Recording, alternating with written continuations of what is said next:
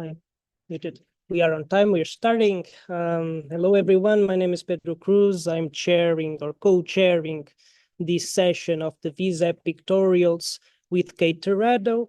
Kate, say hi. Hello. We're gonna have a full program, and we want to make sure that we want to have enough time for questions and answers. We have 3 pictorials being presented, followed by a question and answers session, and followed by another 3 pictorials, and ending with another session of question and answers. We're going to start with the presentation by Martin Melioransky, Loading Ceramics, Visualizing Possibilities of Robotics in Ceramics. I'll stop sharing my screen and I'll pass it on to Martin.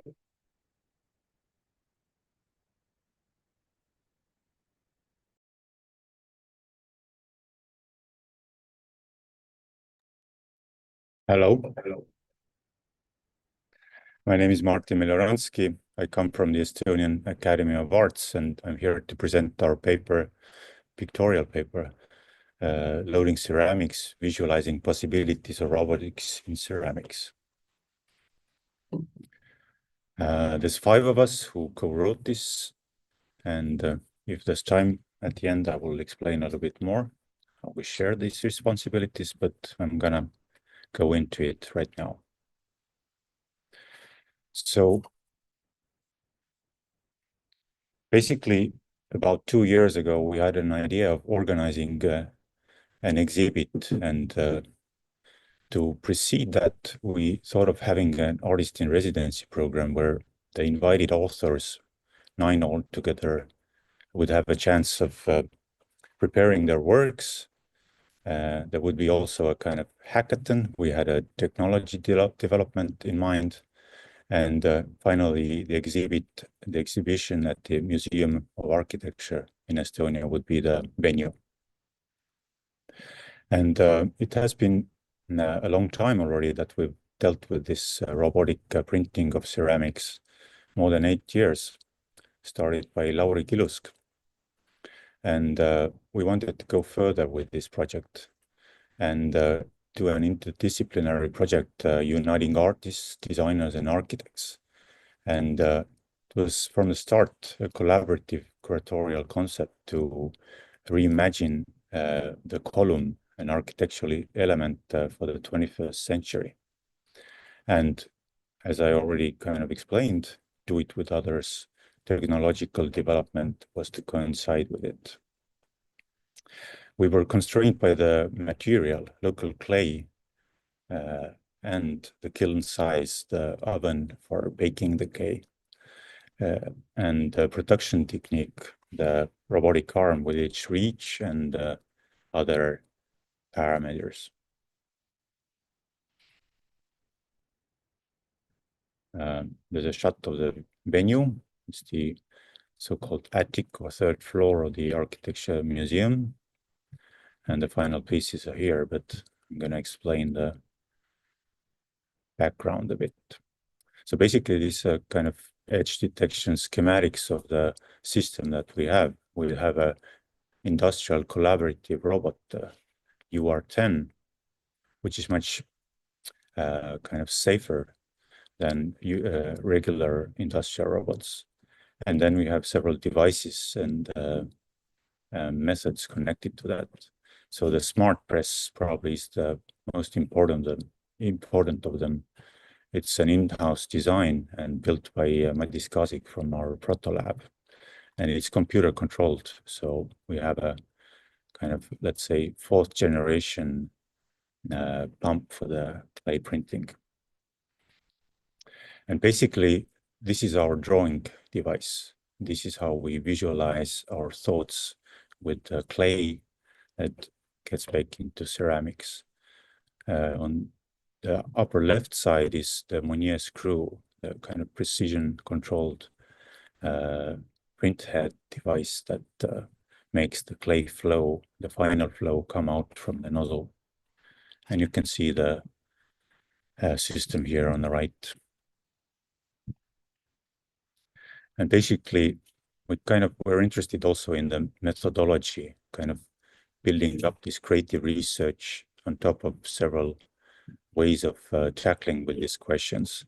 There was this robot control already mentioned. There was the structural design of columns, the architecture, let's see. Each one of us created a 3D object in different ways. And also the environment, the kind of actual room, the physical space that we printed with was very important. And it turned out that a crucial add-on to this process was also remote operation, since we couldn't access the facilities physically at night times. So basically the material, clay, is quite abundant in Estonia. Here you can see a quarry, and the material itself is somewhere between 400 to 500 million years old. This shot of Laura Põld quite well presents this, how it's packed between these layers of limestone. And here's the research that Lauri and ceramics department have done with material along the years. The department itself is more than 100 years old already. And perhaps the important aspects here are that basically we don't have to go to the quarry. This upper left side green gravel looking thing is actually what you can buy from the hardware store. And at the bottom here is the process of mixing the various ingredients besides the clay, including granite and shredded paper soaked in water and blended. And on the right side, you can see the kind of various temperature ranges and the color hues that this produces. So the next part of our pictorial is actually about 4 case studies that we chose out of 8. And the first one is mine. So for more than 24 years, I've been exploring a kind of recursive system called Lindemeyer system. And most of the time I write this very compact code myself, but this time I decided to test AI capabilities of ChatGPT. The original aim was to reach a tetrahedron, a 3-dimensional structure.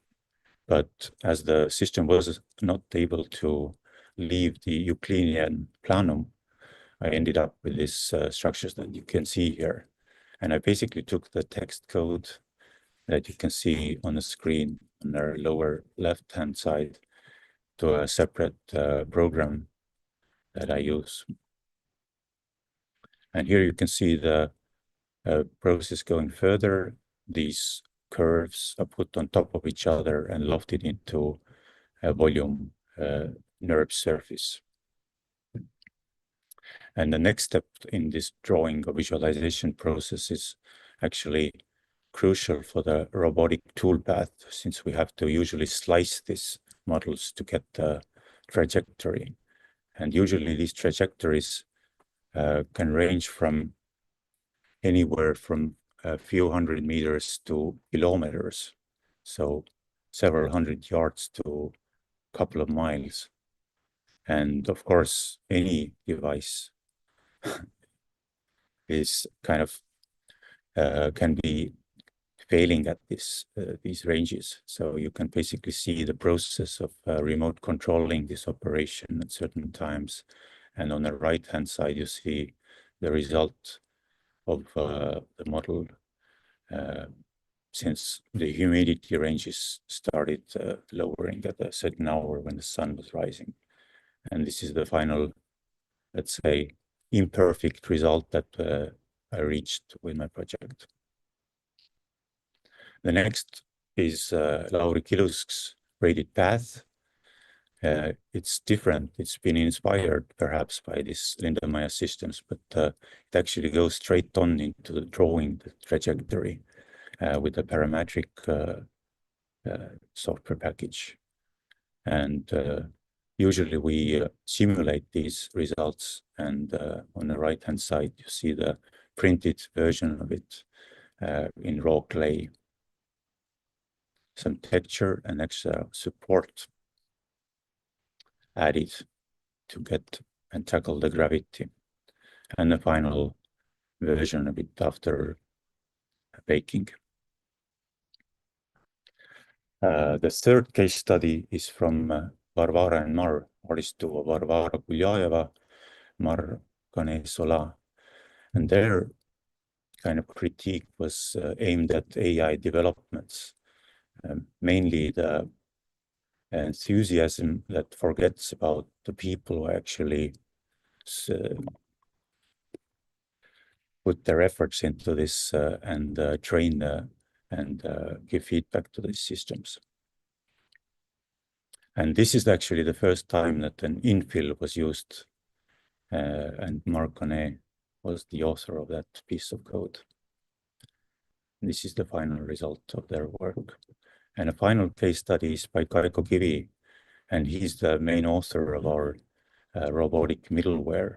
But even him, kind of expert programmer, needs to adjust his drawings in clay by hand, and the final result of it. So perhaps the conclusions could be that in this kind of collaboration, this precise technological development was accompanied by co-design of various systems next to the particular pieces that each artist or architect designed and printed. And also the crucial thing is about integration of parametric digital tools with materials, clay, and nuances of creative fields, revealing perhaps their tacit knowledge through this somewhat hands-on processes. And that's it. Thank you. Okay. Thank you very much, Martin. We'll follow to Jenny's presentation. So Jenny Long is presenting Pieces of Peace, Women and Gender in Peace Agreements. And when you're ready, Jenny. Okay, just want to make sure that you can all see the screen. We can, and And I you can all hear you see very me, well. right? And you can hear me fine. Okay, Yes. good. So I will start then. Hi everyone. Thanks, Pedro, for the introduction. I'm presenting on behalf of all my lovely and wonderful colleagues who collaborated on this project, Pieces of Peace, Women and Gender in Peace Agreements. So, a little about me. My name is Jenny. I come from an arts and humanities background, and I'm currently a PhD student at the School of Informatics in Edinburgh. My research interest has continued from my previous project on visualizing gender gaps with a feminist participatory design approach. For my PhD, I work from an interdisciplinary lens, taking a feminist epistemology perspective on data visualization research and practice. The project I will introduce today is a data physicalization that focuses on women and gender in peace and conflicts. In the efforts to resolve these conflicts, a vast number of peace agreements have been signed. In this project, we look at how women, girls, gender, or sexual violence are explicitly acknowledged or addressed in peace agreements. So using debossing as a design method, we physicalize the text that contains these gender references in these agreements to increase awareness and recognition of these often overlooked constituencies. So here in Edinburgh, our visualization lab established a long-term collaboration with PeaceRep, a research group led by Professor Christine Bell, dedicated to peace and conflict research. Here are some of the projects we did that give a more analytical overview and presentation of their legal document database, which is helpful to researchers. However, they are more than just text. They are actually living and suffering people in conflict zones. I want to bring this in using a more artistic and a physical approach and focus on the most vulnerable groups that are affected by and from conflicts. So the data we use for this project is from their PAX gender subdata set. These formally signed peace agreements have both a legal status and a social status as to how actors understand the agreed rules and responsibilities of the transitions. Despite their important role, only 21% of the documents contain explicit gender references. So for this project, we choose to focus on the Afghanistan 2000s post-intervention process. It contains 22 agreements and spans from 2010 to 2020. There are 11 subcategories and multiple smaller categories. This is a quick overview of the gender categories under the PAX gender database. Here are some close-up text and examples. Those in the yellow rectangle are text related to gender references. So the agreement range from a few pages to lengthy documents. I don't know about you, but I personally would probably not read every single document or even recognize those specific gender categories. So to address this, we use debossing to represent these texts. It says in the document, Afghan women enjoyed comparable access to services, including education and health. But the reality now is that Afghanistan is the only country in the world where women and girls are completely banned from receiving an education.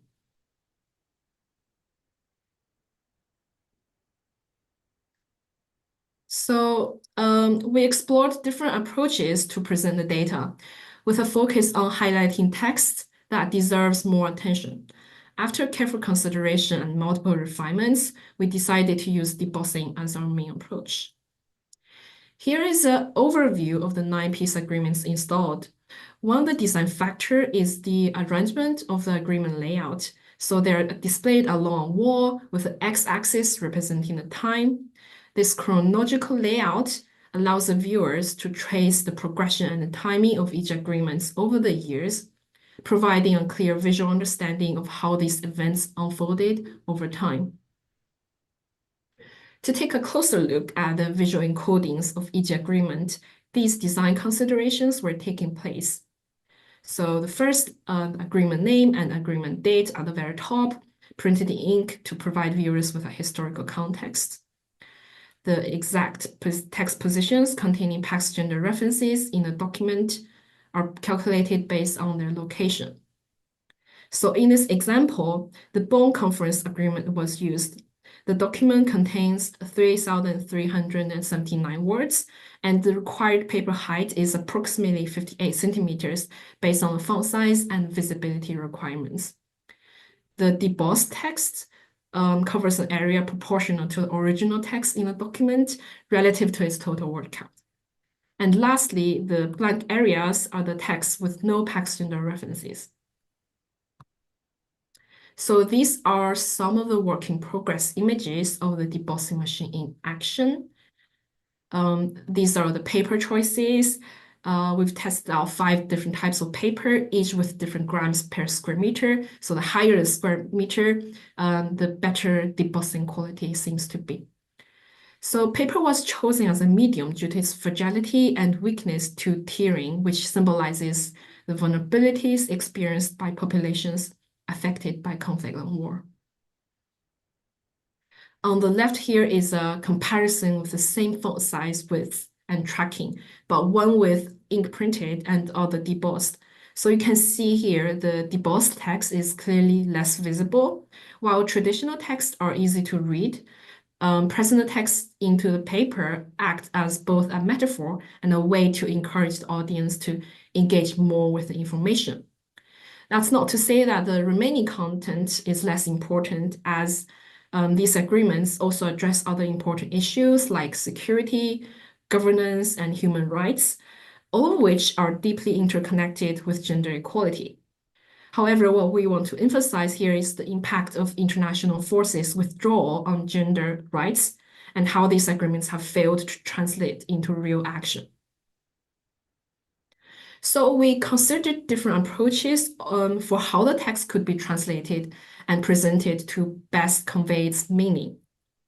After some iterations, we decided to use the most straightforward upfront way to show the viewers the writings from the original document. So this project was exhibited at the Conflict Research Society conference just last month. This is an image of a complete overview of the 22 agreements. And I'm going to show you a video of the showcase.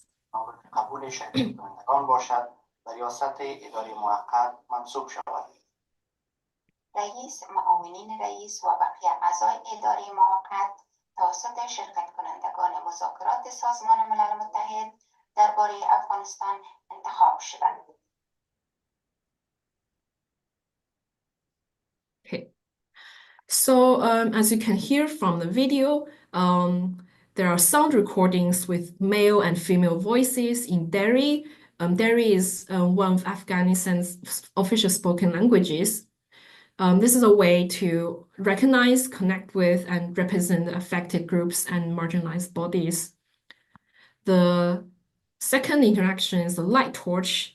It's a method to encourage the viewers to take action and to explore the lack of mentioning and the invisibility proactively.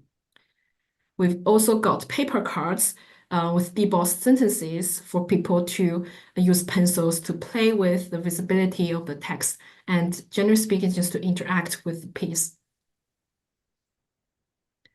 So our main audience in this showcase was domain experts, researchers, and policymakers. We had great conversations with them that were insightful and engaging.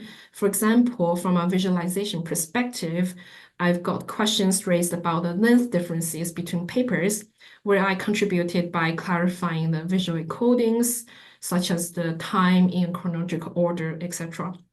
On the content side, there were some very in-depth discussions, particularly around recent events in Afghanistan and activist movements. Very recently, since the Taliban's return to power, many of the gender equality advancements previously protected under the Afghan peace agreements have been completely reversed. So it's quite disheartening to hear the recent events.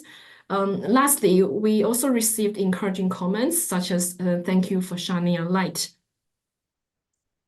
And thank you for listening. You're welcome to read more about our work in the pictorial.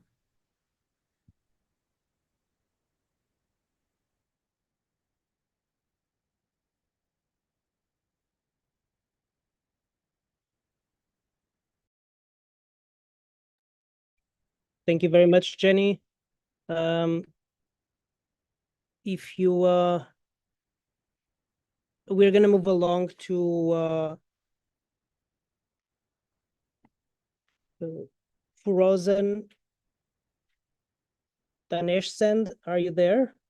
Hello, yes, I'm here. Can you hear me? Hi. Hello. Oh, Hi. can Yeah. you help me out with the pronunciation of your name? It is Furuzan. Furuzan. All right. Yeah, you did almost good. Almost. Are you ready to present? Sure, yeah. Hey, take it away then. So, can you see my screen? We can. Okay, awesome.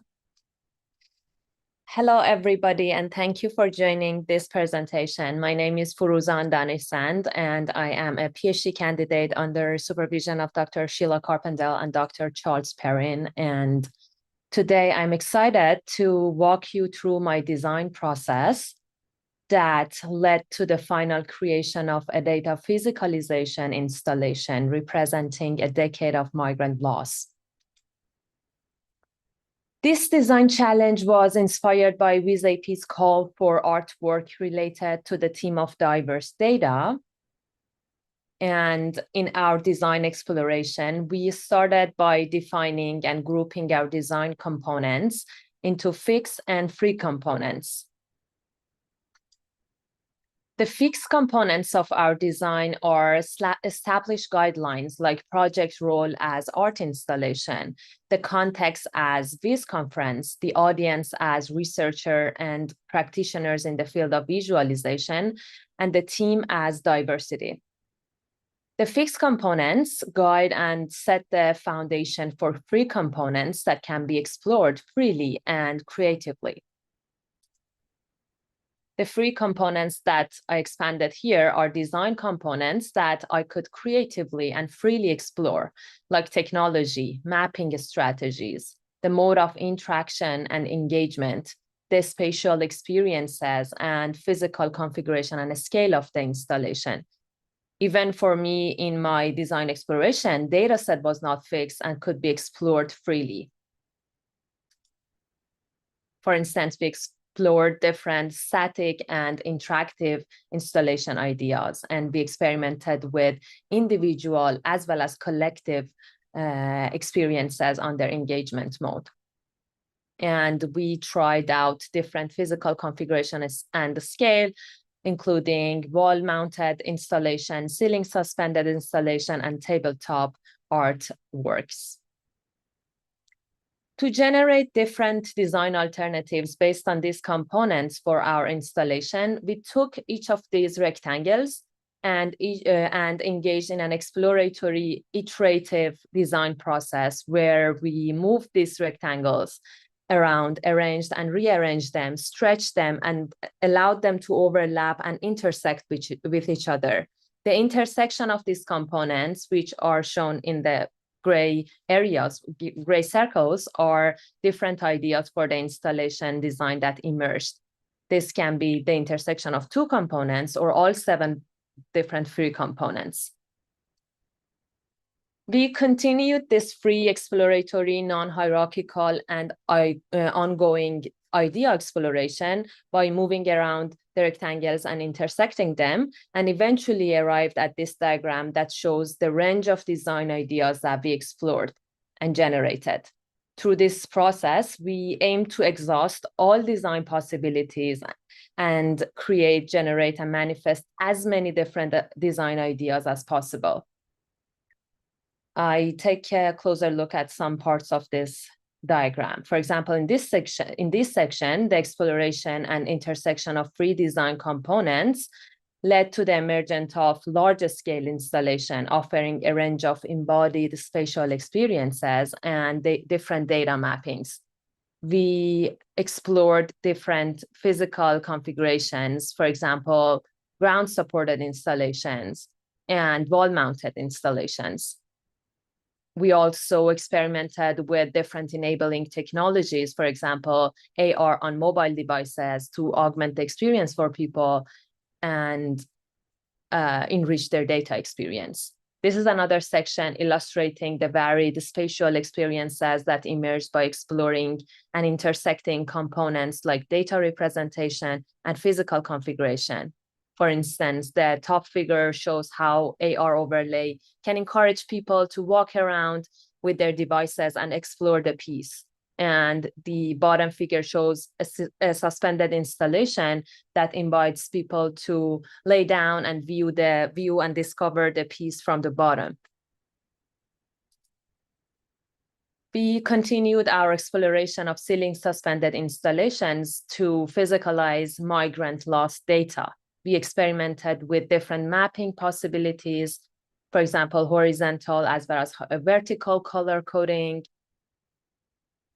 For instance, using the projector technology and mapping data overlay to the piece, or coloring the objects and physical pieces themselves to map data. In these explorations, we wanted to influence the visitor movements and enhance their engagement with the complex migrant data from different angles and different perspectives and distances.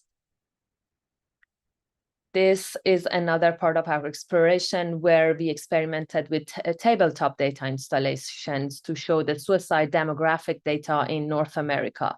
We ideated how visitors would navigate the space and interact with the installation, experimenting with both static and interactive sculptures. For instance, we explored projecting data to the mapping data to colors and projecting it to the sculptures. And we explored and layered more components, and then we came up with larger scales, and new ideas kept emerging at different scales with different enabling technologies and with different interaction and engagement mode. This is another segment with the ideas centered around handheld physicalizations. Although they may seem similar at first glance, they offer very different spatial and data experiences for people. The idea range from collective, collaborative to individual experiences and mapping to different visual as well as tactile qualities. This is again the extended version of the diagram. And this is the compact version of diagram showing only 5 design ideas that emerge at the intersection of all 7 design components. These 5 manifestations highlight how the exploration of diverse elements converge to unique installations idea. With these 5 design alternatives, we started narrowing down them, and to do so and get to one design, we summarize the characteristics of each piece with respect to their forming components. After a careful consideration of the richness of data, impactfulness of data, experience, alignment with the conference theme, and practical aspect of the implementation, we decided to continue with the 3rd design alternatives. In the next step, we use computer-aided design to simulate the idea and refine the details before continuing with the fabrication process. These figures show the schematic view of both top and perspective, showing how this important data, the immigrant loss data, is shown, is mapped to different properties of these suspended elements and this physical installation, and mapped the data from different parts of the world is mapped to different parts of this installation.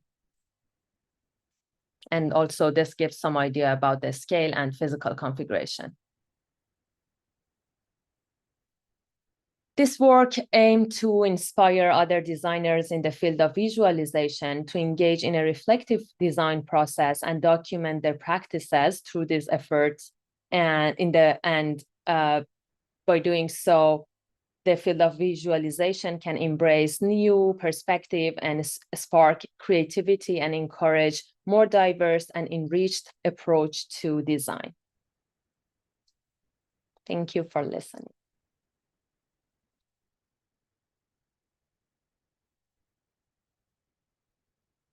Should I stop sharing? Yes, thank you very much. That was wonderful. Before we move along, I just want to make sure whether Shinyu, you are present. All right. Just want to check that.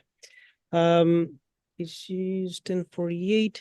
Let me check the channels whether there are any questions for any of our past presentations. And this is because we have to move along. We have 1-2 minutes, so I prefer that. I guarantee that all of you have time to present rather than sticking to the questions. And I don't think we have anything on Slido. And I'll save my I'm sorry, I'll save my my comments to the end. Now it's the time where Kate is going to take over. Do you want to use my computer or are you using yours? Yeah. Okay, all right. Hi, everyone.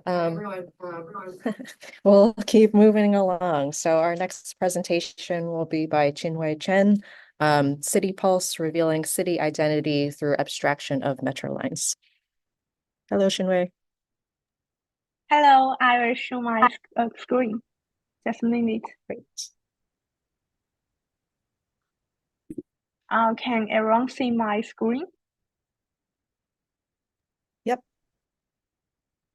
Okay.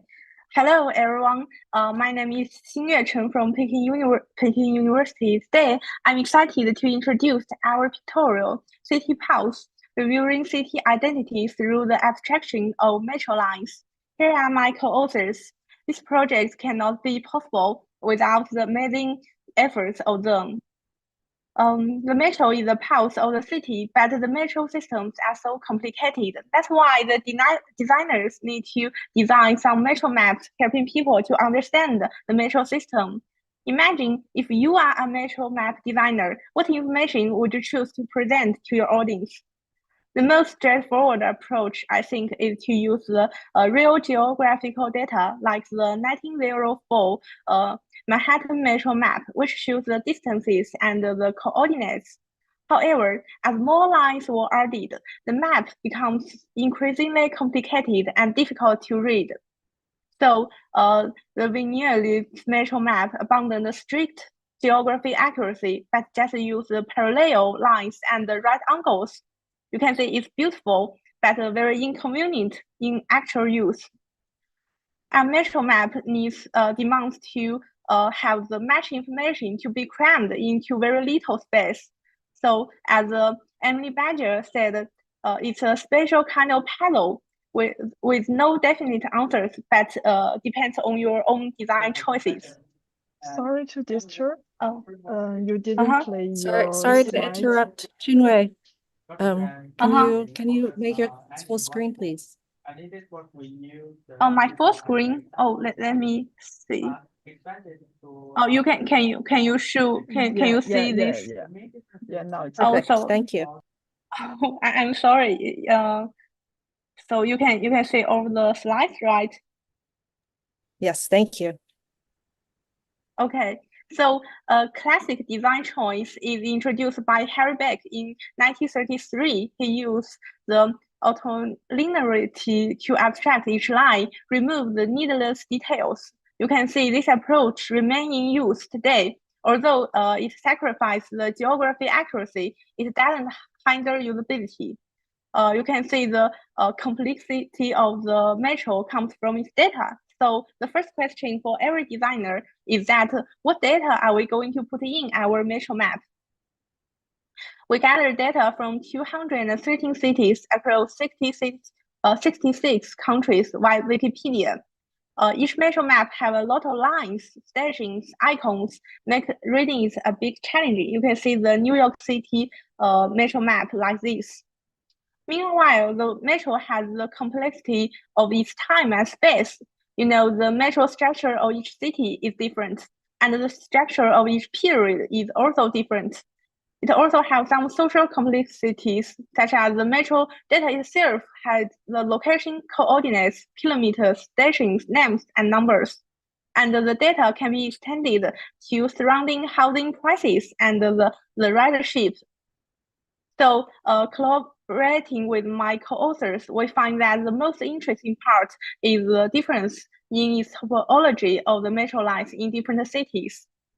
A metro is like the pulse of the city, and different cities adopt different line designs across its own special characteristics to transport its citizens to every corner of the city. So we decided to focus on topological structures. Here is our data processing process. Our three main goals are analyzing the topology of the metro system, their evolution over time, and how they can reflect the city characteristics. So how can we make design choices to realize our goal? We find that when piecing together these city metro maps offers limited insights into the city's structural and stylistic features. So we require new simplification method and a more emblematic design. Finally, we try on an abstract arts way of isolating and reconstructing the world. We learn from the Molowich to use the abstract elements to represent our metro lines. From the classic maps to the complicated data challenges, we hope our artistic and abstract expressions can show a new urban metro landscape. So we decided our 4 design rules. Firstly, each city is represented as a square, and the first and last dashing, these 2 points decided to make a line, and the relative position of these 2 points and the city center is decided by the real longitude and latitude of these 3 points. And these lines are divided into 3 forms: normal linear line, and the circular line, and the threefold fold line. We can see the detail, just the 3 points to decide its relative position. And our 3 kind of different lines. We use the real colors from the original metro maps of each line. In terms of the layout, we use catagram to maintain the relative positions of the cities to preserve a global perspective. And this is our calculation formula. The final system includes 213 cities with metro systems and offers interactive ways to explore the data. And you can see the interface consists of the main city squares, the timeline, the filter, the dynamic display of our data, and the color mode. And you can also see the legend here. And the timeline is the most important part because you can see the development or the history of the metro lines in globally.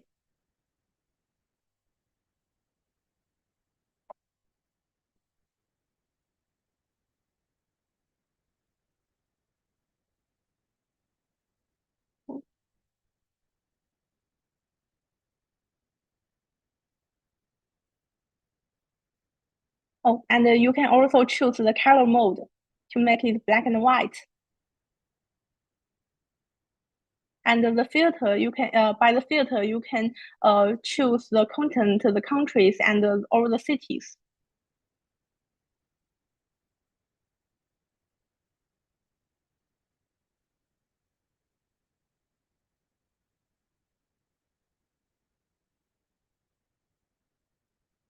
Besides the distant reading, we also have close reading. You can find any country or any city you like, and it will be highlighted. And you can see the development of the this city's metro lines by the timeline. And you can select one line to explore it.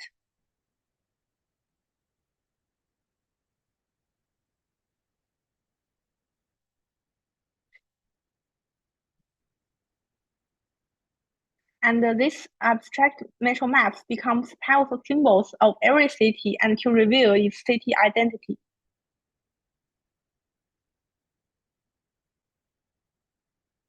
By interacting with our system, we surprisingly get some interesting insights.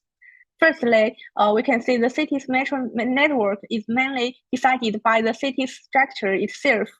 You can see like the Beijing city is a single core point structure, and the metro network is mainly dense in the central cycle.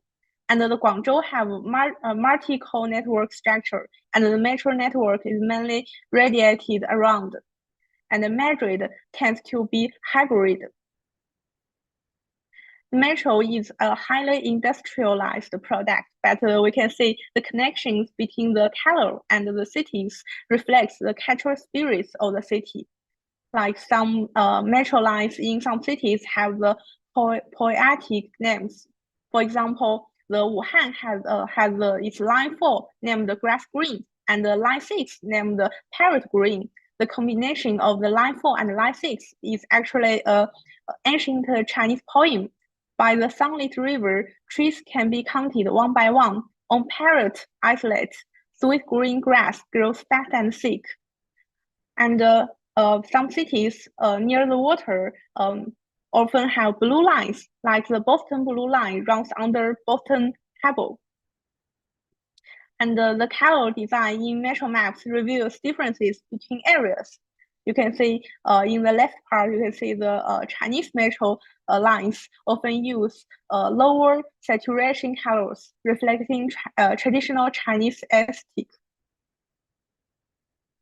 And the metro line itself has some special stories. You can see in 1960, London had the world's first metro line, and the industrialized Western countries built the metro system early. However, there are no metro lines in Africa, Asia, and Latin America at this time. However, in 2023, the imbalance between the East and West has gradually started to shift. And the build of the metro systems are closely related to international events, especially sports events like the Olympics. In 2008, 3 Beijing metro lines opened just for the Olympics, supporting the games. And in 2002, when Shanghai won the Expo bid, its metro systems only have 2 lines and just under 100 kilograms. However, the city launched an all-out effort to expand its metro networks, reaching 428 kilometers and 13 lines in 2010. Here are some showcases of our work, including the exhibitions at China VIS and Pacific VIS. City Pulse explores the complex relationship between cities and their metro systems, and reviewing the cultural and social evolution between the metro landscape. It develops an artistic visualization style that reimagines the metro as abstract symbols, offering a fresh perspective of urban identity. And feel free to visit our website to explore with our system, and you can get the screenshot of your own city. And this is my contact information. Welcome any collaborations if you are interested with my work. That's all my presentation. Thank you. Thank you so much.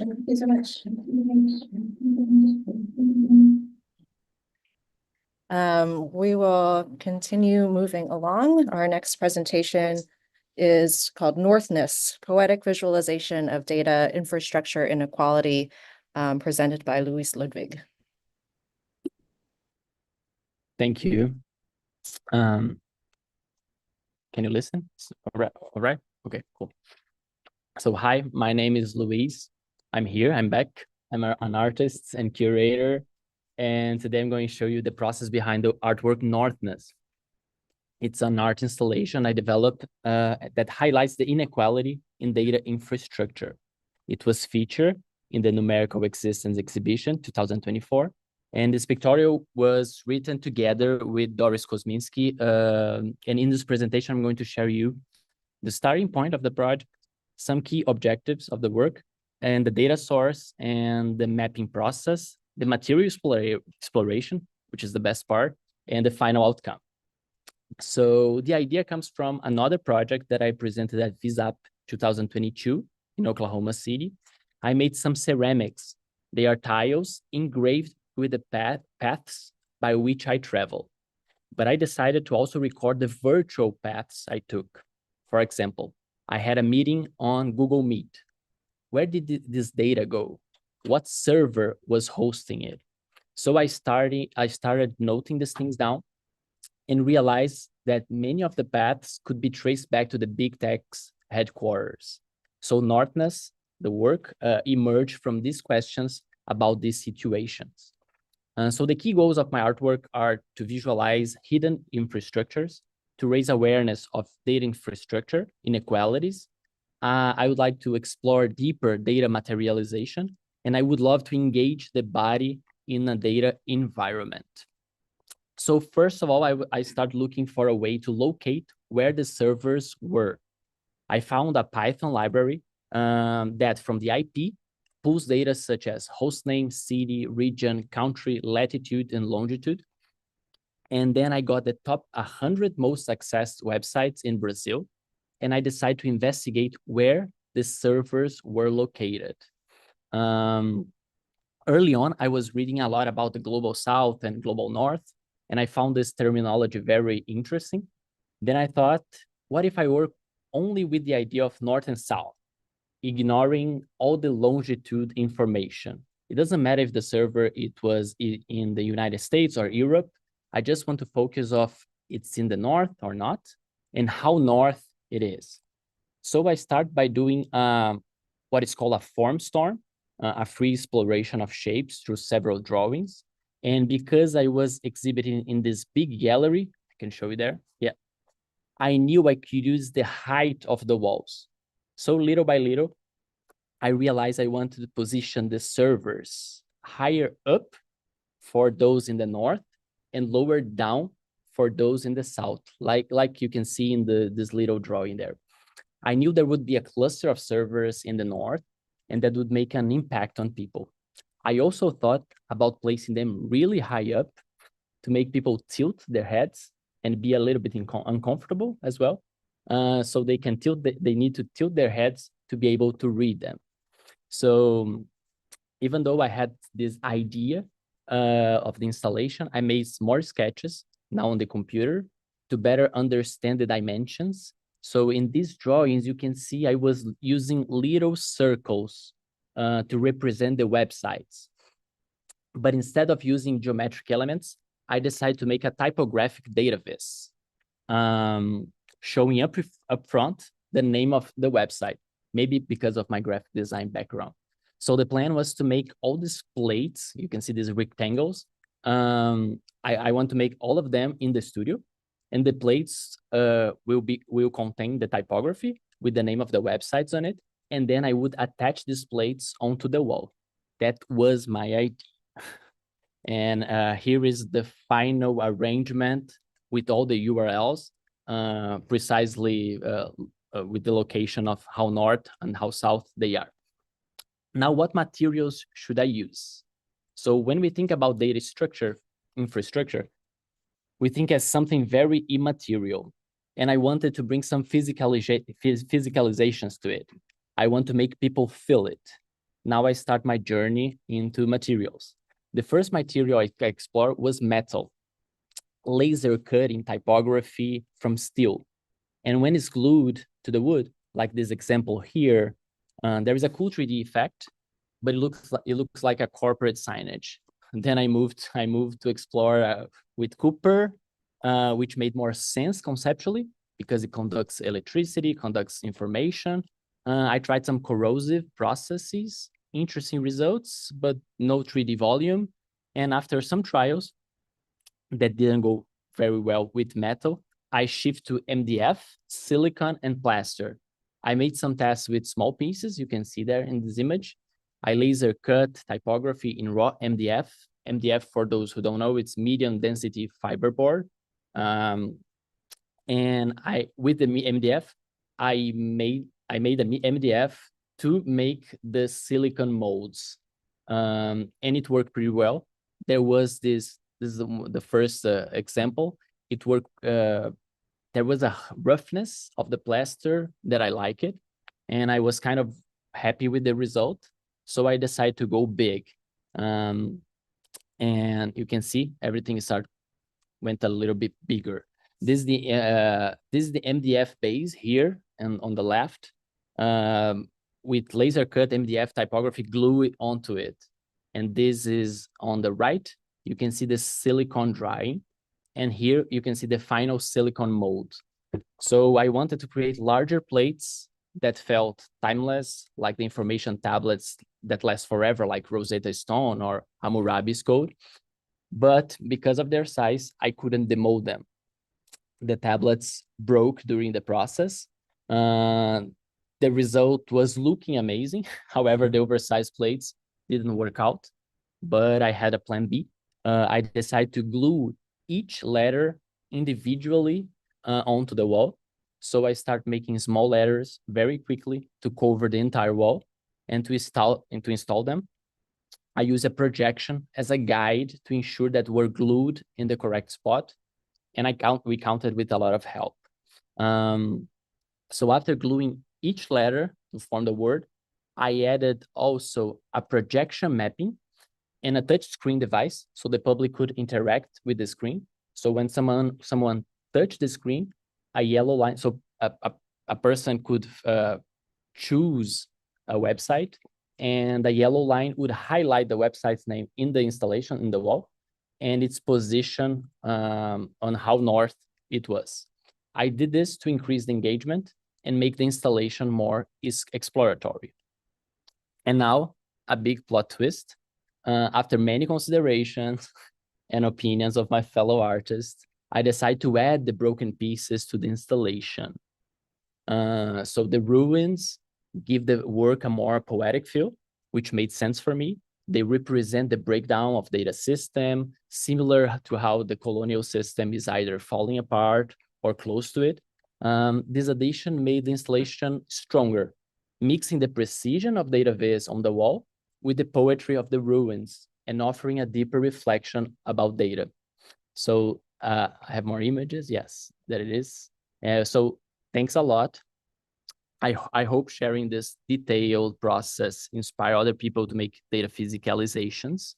And I also hope it gets people thinking about how we can make these concentrations of power in data structures more equal. So thank you again.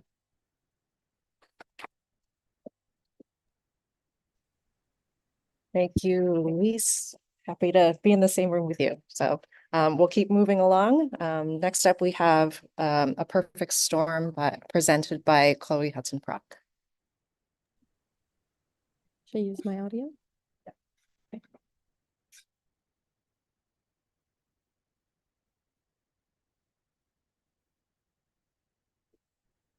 Hi, everyone. My name is Chloe Prock. I'm a PhD student at Northeastern University, and I'm going to be presenting today on the project A Perfect Storm. If you see here in the photo on the right, this project actually uses a hurricane as a visual metaphor for climate risk. With the recent disasters of Hurricane Milton and Hurricane Helene, I think they really bring into focus the idea that data about the impacts of climate change related natural disasters are not at all abstract. And I think they'll continue to be at the forefront of conversations about climate change. But my thoughts are with everyone who's been impacted by those storms. So in the face of pressing global issues like climate change, data visualization can be a tool for making sense of complex issues. And in our project, we sought to create an alignment between the emotional weight of the subject of the data with the aesthetic and the visual qualities in order to enable reflection on what is a very complex subject. So given this complex nature, we combined data from two sources. So the first one was the Climate Risk Index from Germanwatch, and we used this to reflect on the experience that countries have in terms of climate change. And then we also use data on greenhouse gas emissions from Our World in Data, and this reflects countries' contributions to the climate crisis. And then we began brainstorming different nature-inspired forms that we could use to encode this data. So we ended up moving forward with this form of the hurricane, partly because it carries these sort of heavy emotional connotations, also because it's a very widely recognizable form, and it aligns with the Climate Risk Index data particularly well because higher climate risk is associated directly with more intense natural disasters and storms. So then we began prototyping this form with code. So we used a particle system to render animations of a hurricane. And using a particle system allowed us to really increase the realism of this prototype through the motion. So in the top left, it might be a little bit glitchy on the Zoom call, so sorry about that. But there's a centrifugal motion. So towards the center of the eye, the particles are moving more quickly, and then at the perimeter, they move more slowly. So we move forward with that prototype. And then as we continued developing the details of the simulation, we mapped more properties or behaviors of hurricanes to our data. So a larger hurricane eye, slower overall rotation, and smaller radius indicates a weaker hurricane. So countries that had lower climate risk were mapped using those properties. And then as the climate risk increases, the eye becomes smaller, the particles rotate more quickly, and the overall radius becomes larger because those are all properties of a stronger hurricane. And then in order to create a simulation that visualized data in this more realistic way, one thing we did was create these strands of wind. So particles first spawn at the perimeter, and then they follow a distribution that's given by Perlin noise towards the eye at the center of the hurricane. And then once they reach that center point, they're removed from the system, and the same number of particles is reseeded again at the perimeter. And then we began exploring different ways that we could organize the countries in order to start seeing some patterns. So we first tried using a normalization that basically let us create a set of countries that met the criteria for being both at high risk and also having low emissions. But we also wanted to see if there were any patterns that fell outside of that combination. So we also used a simple sorting method just to see, for example, countries that had the highest climate risk, and also here, countries that had the lowest emissions. And we ended up moving forward with this simple sorting method so that we could see all the different ends of the extremes. And at this point, of course, we also wanted to create a visual representation of that emissions variable.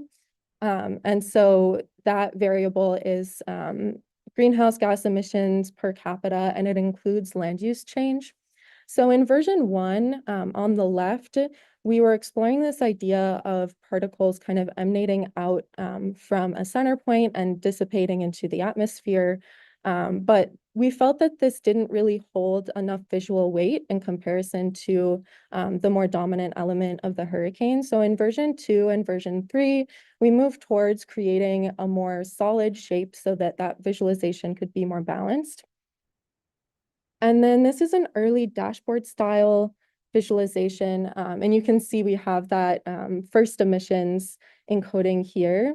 And so you see a set of 16 countries on the left-hand side, and this is updated based on the different filtering buttons. And you can also click on a country to see it represented at a larger scale on the right. And then this is what it looked like with the final emissions encoding that we use. So you can see it's really a lot more balanced in terms of the visual weight between the two representations. And so this is the set of countries with the highest emissions, and you can see Qatar is the #1 country with the highest emissions. It's also the #1 country with the lowest climate risk. And then here are the set of countries with the highest climate risk. And we were actually surprised to see the United States represented here. They have pretty high emissions, but they also are very high, they have a very high climate risk. And this surprised us because it's typically not thought of as a country that's climate vulnerable. And so this really showed us those differences between risk and vulnerability. And then these are the countries with the lowest emissions. And you see 2 countries here that show up with a green emissions encoding. And this is because of that land use change variable. So these countries have net negative carbon emissions. And then from that program and processing, we made videos for installation. So this is the work exhibited at Numerical Existence in Rio de Janeiro this year. And thank you to the curation by Doris Kosminski, Barbara Castro, and Louise Ludwig, who's also been presenting. And this is what it looked like there. So you can see we have this set of small multiples and then a larger projection. So this sort of follows with that dashboard that we've been exploring as well. And then this is what it looked like exhibited at a smaller scale. And I just wanted to play here for you all what that side by side looks like. So I think this really gives a balance between what viewers are able to look at. So on the left-hand side, you can compare across different countries. And then on the right-hand side, you have this single larger scale visualization to get more immersed in. And then this is the final video. So where climate change may feel very abstract, a hurricane is something that's more tangible. It's a real world natural disaster that people might have more of an existing mental model for. So by linking the abstract concept of climate change to this more tangible experience or understanding of a natural disaster, we're able to take this emotional weight and put it within the context of the climate change data.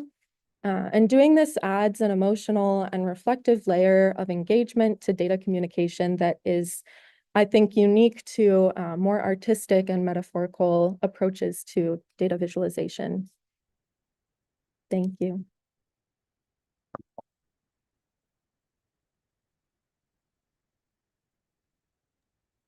Thank you, Chloe. So we have about 10 minutes for a Q&A. We will review if there are any questions in the chat, but I'll just start off with a question for Chloe because you just finished. I'm curious about maybe other modes of representation that you had thought about in this project. I mean, the reason why I think about it is that with the structure of nations as having these boundaries, you lose a little bit of that kind of idea of shared responsibility across many places. So I'm curious if you're thinking about extending the project or talking a little bit more about that global responsibility in a way, what might that look like? Yeah, that's a really good question. That is something that we had thought a little bit about, how you could kind of create a visualization that does reflect this global scale a little bit more. But yeah, I think that would involve a rehaul pretty much of what we did. And I think, yeah, it would be difficult to combine that with sort of the more metaphorical forms, I think.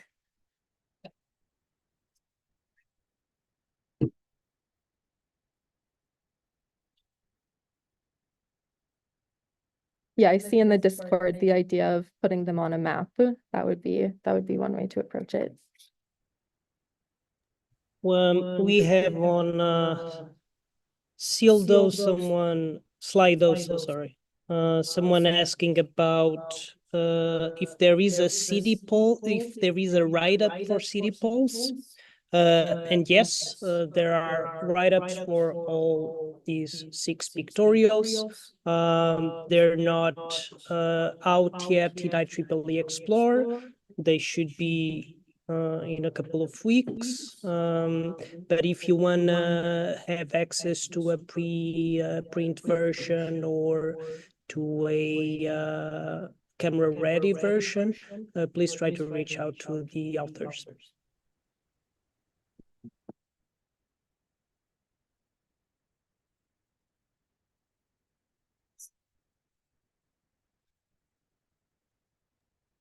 I have more questions. So many questions. I have a question for Luis. I think it's fascinating to combine many different materials and forms for any kind of project. I think it's very engaging. But I'm curious about what challenges and opportunities kind of arise when putting together traditional sculptural methods and modern digital tools.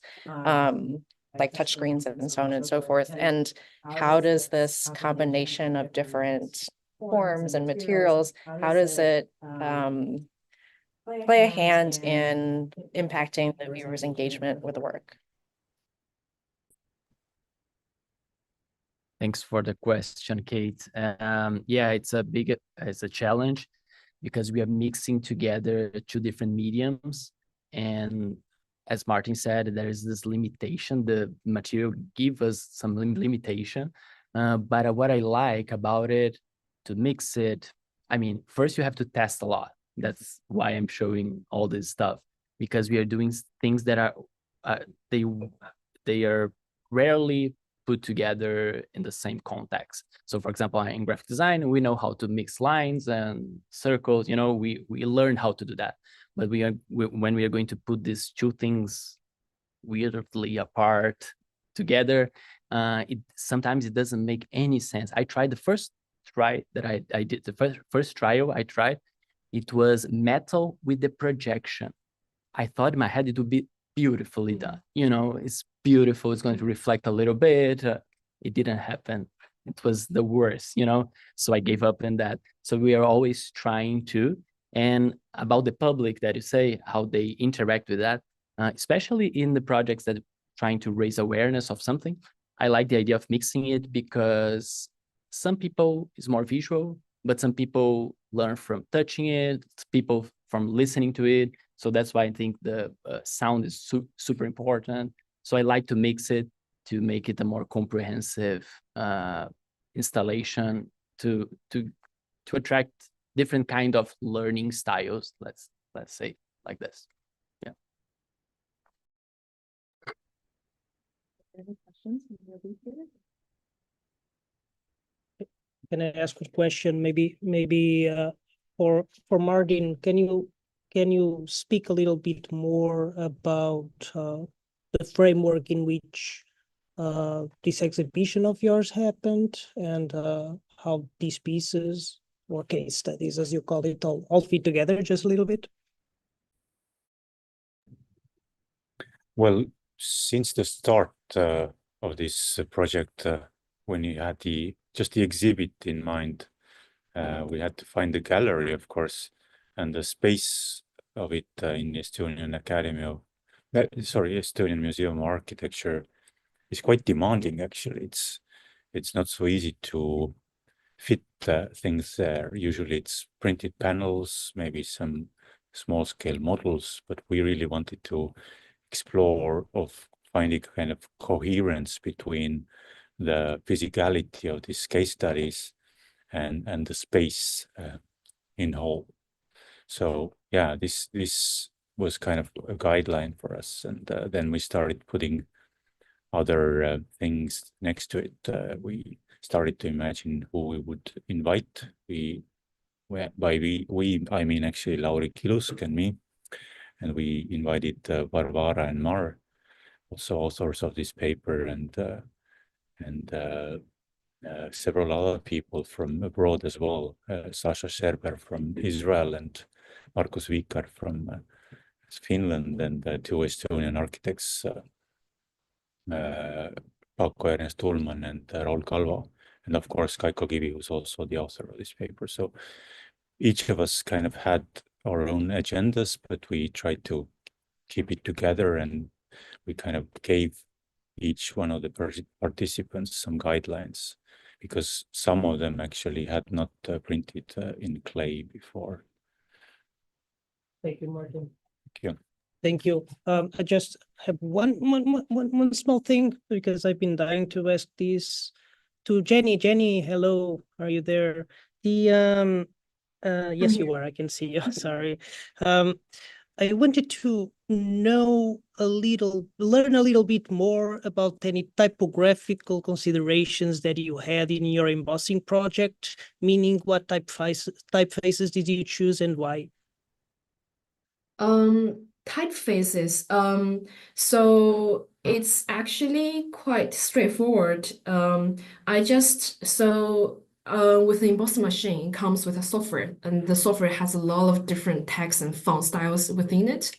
And the easiest thing I did was to choose those different fonts and to deboss them. And then I can see the physical outcome. And then from the physical outcome, just choosing from what I can see, the best visible and what gives me the best result on the type of paper. And this is how I decided on to use the font size, which holds at the end, and also the weight, and also the tracking, the size, etc.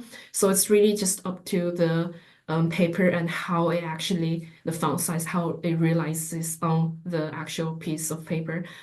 So it was just quite straightforward like that. I don't know if this answers your question about the typeface. Thank you so much. Well, I'll share some comments on the Discord. Okay. Thank you. Thank you.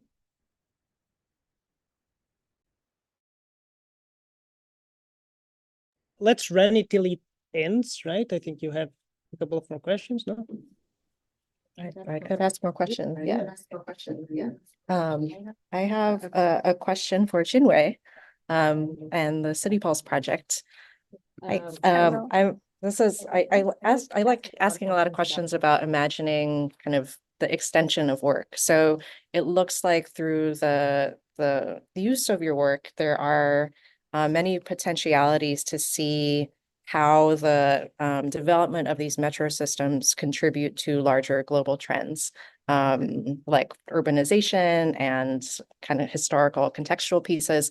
What other kinds of layers do you think layers of history could be added to enrich this kind of narrative in your work? You mean can you explain do you mean other like the railway station, railway lines, or just the metro? Do you mean you want to expand it into other public transportation? I'm talking more specifically about in the timeline view that you showed, you get to see how these metro areas developed through time, but you don't clearly see maybe what was happening contextually or through history that allowed them to happen during that time. So do you think there are any opportunities to highlight that more, and what kind of data might that be? What kind of data might be interesting to use in that way? Yeah, that's true. Actually, I think there may be because we now only have lines, but actually the lines have different stations, and these stations are built in different times. And I know even some stations in Korea are closed because of some political reasons, and that's really interesting to witness the changes of the stations. I think that's interesting. But and another thing is about you said the historical context. Like if one place they build a metro line, and maybe the house pricing of that area may be improved, or more population will come here to build their house. And we don't have this data, but I think this data may be very interesting. Okay. That's my answer. Thank you for your question. Thank you.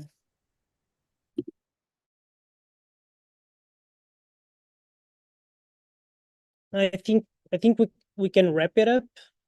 Thank you everyone for being here. Thank you for your presentations and your amazing contributions to this year's VIS Up. And hopefully we'll see some of each other's faces next year. Bye-bye. Okay. Thank you, everyone. Thank you. Bye.